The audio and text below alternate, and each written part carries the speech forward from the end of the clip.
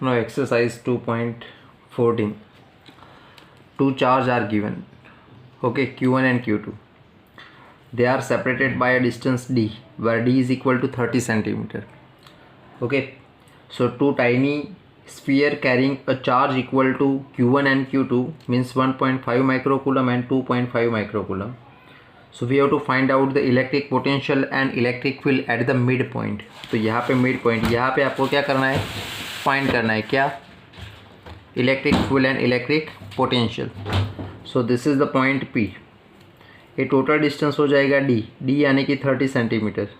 Okay, तो ये distance हो जाएगा 50 सेंटीमीटर और ये हो जाएगा 15 सेंटीमीटर.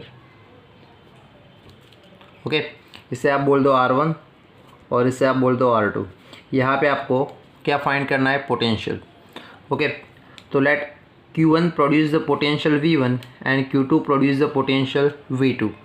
पोटेंशियल तो स्केलर फिजिकल क्वांटिटी है, so potential is always added. So potential at the mid point, ये पॉइंट P है तो VP, तो V1 प्लस V2. V1 यानी कि potential produce by charge Q1 and V2 is the potential produce by charge Q2 eight the mid point. तो ये charge यहाँ पे V1 पोटेंशियल प्रोड्यूस करेगा और ये चार्ज यहाँ पे V2. पोटेंशियल का इक्वेशन क्या होगा, KQ अपॉन R. यहाँ पे चार्ज Q1 तो KQ1 upon R1 plus KQ2 upon R2. So this is the potential. Okay, but you can see that R1 and R2 are same. R1 is equal to R2 is equal to R. Clear? So what is common? K upon R is common. R1 R2 is equal to R. So what is left? Q1 plus Q2. Clear? Now what is the value of K?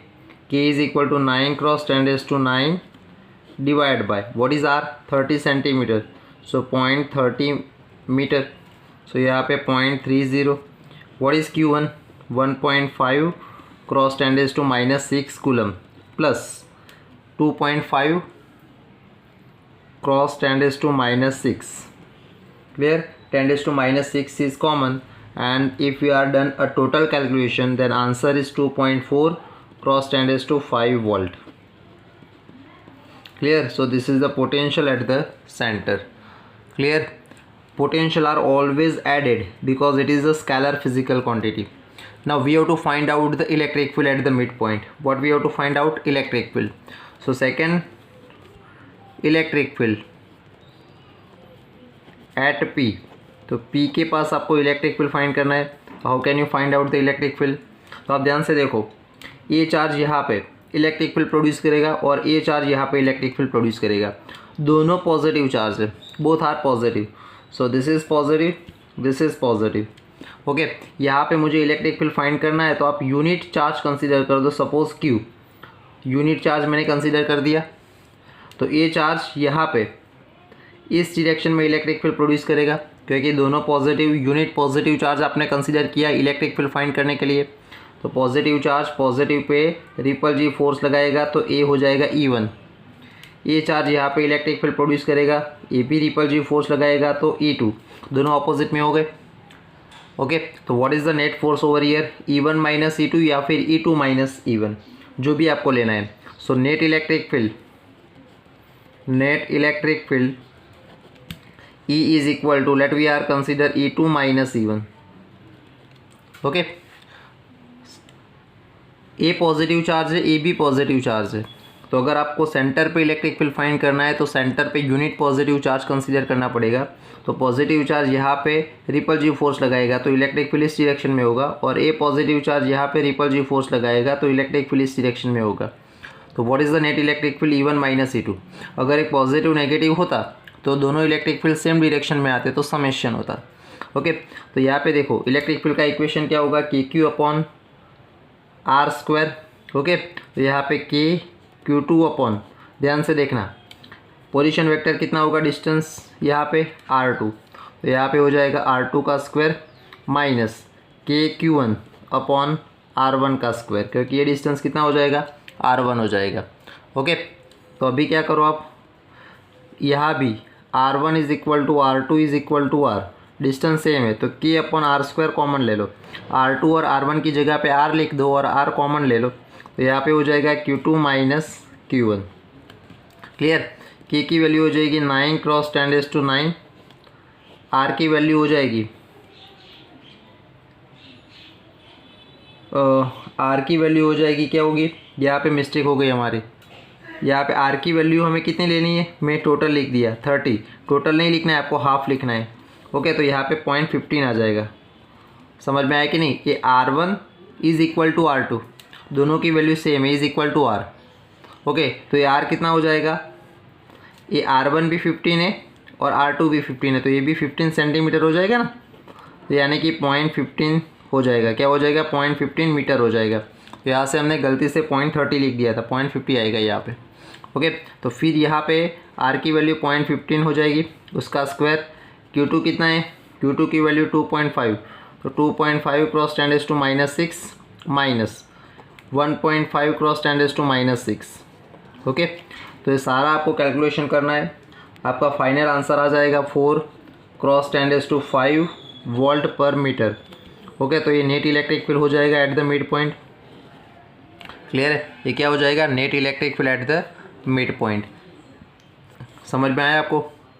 ये R1 और R2 दोनों की value same है, इसीलिए हमने R ले लिया।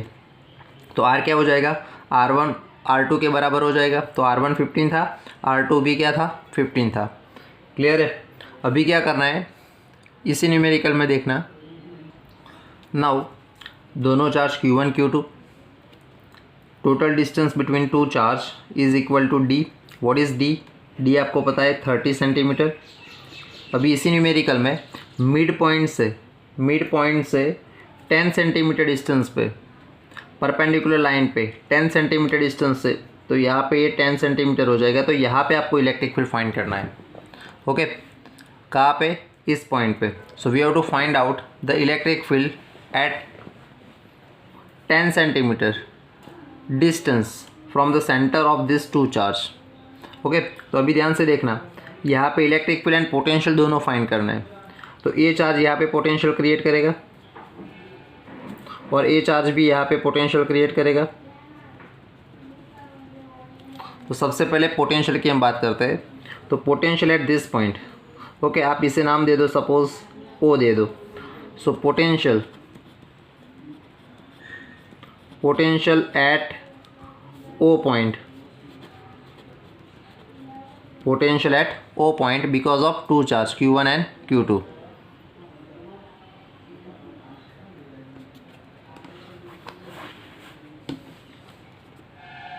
One minute.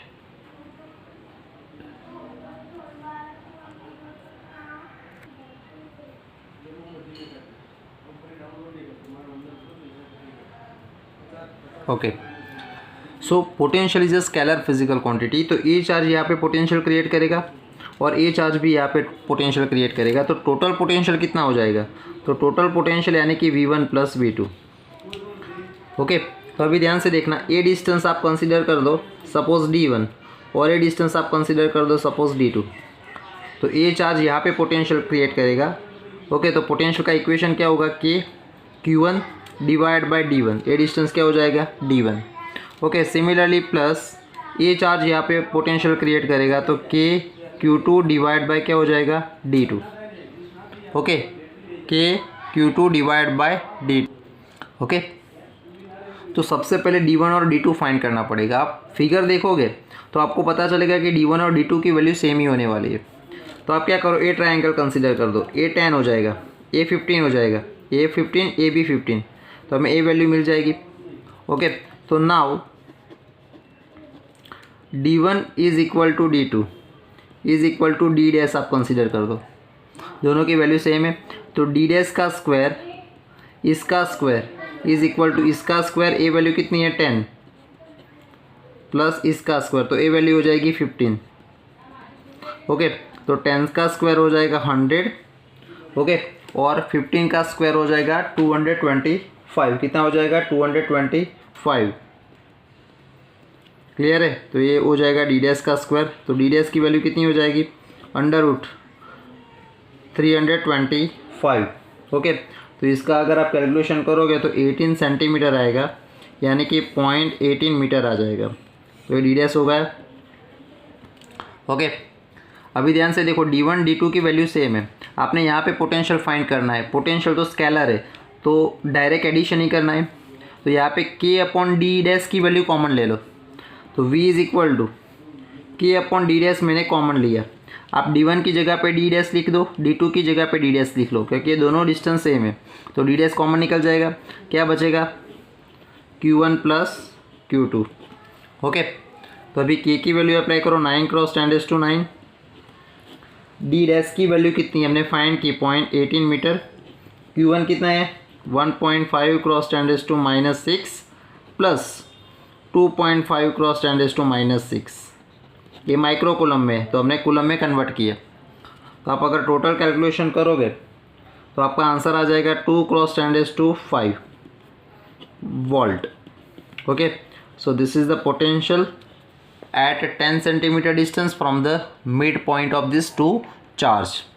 अभी इलेक्ट्रिक फील्ड में ध्यान रखना है। Electric field vector physical quantity है। तो इलेक्ट्रिक फील्ड कैसे फाइंड करोगे? तो electric field at O point. Okay, यहाँ पे इलेक्ट्रिक फील्ड फाइंड करना है। तो ए पॉजिटिव चार्ज, ध्यान से देखो, ए पॉजिटिव, ए बी पॉजिटिव। तो यहाँ पे यूनिट पॉजिटिव चार्ज अगर आप रखते हो, यूनिट पॉजिटिव चार्ज, ओके, तो ए पॉजिटिव यहाँ पे इस डायरेक्शन में फोर्स प्रोड्यूस करेगा, तो इलेक्ट्रिक फील्ड E1 आ जाएगा। और ए चार्ज यहाँ पे इस डायरेक्शन में इलेक्ट्रिक फील्ड प्रोड्यूस करेगा, तो यहाँ पे आ जाएगा E2। ओके, तो ये दोनों यहाँ पे नेट इलेक्ट्रिक फील्ड इस डायरेक्शन में प्रोड्यूस करेंगे according to the vector rules. Okay, तो सबसे पहले E1 E2 फाइंड कर दो। E1 एंड E2 दोनों वेक्टर हो गए। मुझे तो यहाँ पे रिजल्टेंट इलेक्ट्रिक फील्ड फाइंड करना है। तो वेक्टर E1 वेक्टर E2 दोनों के बीच का एंगल अगर थीटा होता फॉर एग्जांपल, तो नेट इलेक्ट्रिक फील्ड यहाँ पे कितना आता? तो आप बोलते हैं कि net electric field is equal to √ E1 का स्क्वायर प्लस E2 का square plus 2E1 E2 cos theta. Okay, pen खलास, 1 मिनट। ओके, तो यहाँ पे आ जाता कॉस थीटा। तो सबसे पहले आपको क्या करना पड़ेगा? E1 फाइंड करो, E2 फाइंड करो, ये थीटा फाइंड करो और यहाँ पे वैल्यू अप्लाई कर दो। ओके, तो इसे इक्वेशन 1 बोल दो। तो सबसे पहले E1 की बात करो। तो ये चार्ज यहाँ पे कितना इलेक्ट्रिक फील्ड प्रोड्यूस करेगा? तो आप बोलोगे कि K Q1 अपॉन D1 यानी कि डी डैश। ओके, तो K की वैल्यू हो जाएगी 9 क्रॉस 10⁻⁹, 1.5 क्रॉस 10⁻⁻6 डिवाइड बाय 0.18। तो आपको E1 की वैल्यू मिल जाएगी। What is E1? 0.42 cross 10⁻⁶ volt पर मीटर। तो E1 मिल गया। वैसे आप E2 फाइंड कर दो। तो ये चार्ज यहाँ पे कितना इलेक्ट्रिक फील्ड प्रोड्यूस करेगा? E2। तो यहाँ पे आप देखो K Q2, ये चार्ज की वैल्यू हो जाएगी Q2 डिवाइड बाय D2 यानी कि डी डैश। ये दोनों वैल्यू सेम है। ओके, तो 9 क्रॉस 10⁻⁹, 2.5 क्रॉस 10⁻⁻6। Q2 की वैल्यू क्या है? 2.5 क्रॉस 10⁻⁻6। D2 की वैल्यू हो जाएगी 0.18 मीटर। ओके, और अगर टोटल कैलकुलेशन करोगे आप तो 0.69 क्रॉस 10⁻⁴ वोल्ट पर मीटर ये इलेक्ट्रिक फील्ड आ जाएगा। ओके, E1 E2 की वैल्यू तो मिल गई। अभी क्या अप्लाई करना पड़ेगा? हमें थीटा फाइंड करना पड़ेगा। ओके, तो अभी ध्यान से देखो, ये अगर टोटल एंगल थीटा है तो ये टोटल भी थीटा हो जाएगा। तो ये हाफ थीटा बाय 2 और ये हाफ थीटा बाय 2। ओके, ये सामने वाला थीटा है तो ये भी टोटल थीटा ही होने वाला है। इसका आप हाफ कर दो तो थीटा बाय 2 हो जाएगा। अभी ध्यान से देखो, ये ट्रायंगल आप ले लो। तो फ्रॉम द फिगर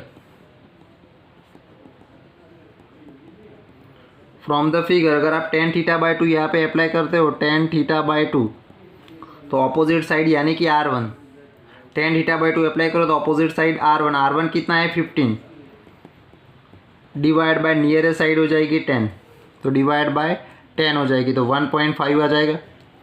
ओके, अगर आप 1.5 की वैल्यू फाइंड करते हो, theta by 2 is equal to 1.5 की अगर आप वैल्यू फाइंड करते हो तो आपका आंसर आएगा 56.3 आर आ जाएगा। 10 में देखना है, इसे कैलकुलेट कैसे करोगे? Theta by 2 is equal to 10 inverse 1.5। Okay, तो अगर आप 1.5 की वैल्यू 10 में देखोगे तो आ जाएगी 56.3 आ जाएगी। तो थीटा इज इक्वल टू कितना होगा? 2 से मल्टीप्लाई कर दो, 2 से मल्टीप्लाई कर दो, 2 से मल्टीप्लाई करोगे तो 112.6 आर आ जाएगा, 112.6 आर आ जाएगा। थीटा मिल गया आपको। अभी E1 E2 और थीटा की वैल्यू आप यहाँ पे अप्लाई कर दो इक्वेशन 1 में। क्लियर है? तो इक्वेशन 1 में अगर आप अप्लाई करोगे तो आंसर क्या आएगा? ध्यान से देखना कि electric field E is equal to under root क्या होगा? 0.40। ओके, तो मैं सारी वैल्यू अप्लाई कर दी। देखो E1, तो E1 की वैल्यू क्या थी? 0.42 क्रॉस 10⁻⁶ अप्लाई की, उसका स्क्वायर, प्लस E2 की वैल्यू क्या थी? 0.69 क्रॉस 10⁻⁶ का स्क्वायर, प्लस 2E1 E2, तो 2E1 E2 कॉस थीटा की वैल्यू अप्लाई कर दी, कॉस 112.6 की वैल्यू यहाँ पे मैंने दी आपको। ये पूरा कैलकुलेशन करोगे तो आपको नेट इलेक्ट्रिक फील्ड इतना मिल जाएगा। ओके, तो नेट इलेक्ट्रिक फील्ड इतना आपको फाइंड करना है। Which is the direction of net electric field? तो normal to the line join the two sphere, normal direction में हो जाएगी ना। ओके, तो ये न्यूमेरिकल इंपॉर्टेंट है, 4 मार्क्स के लिए आपको प्रिपेयर करना है।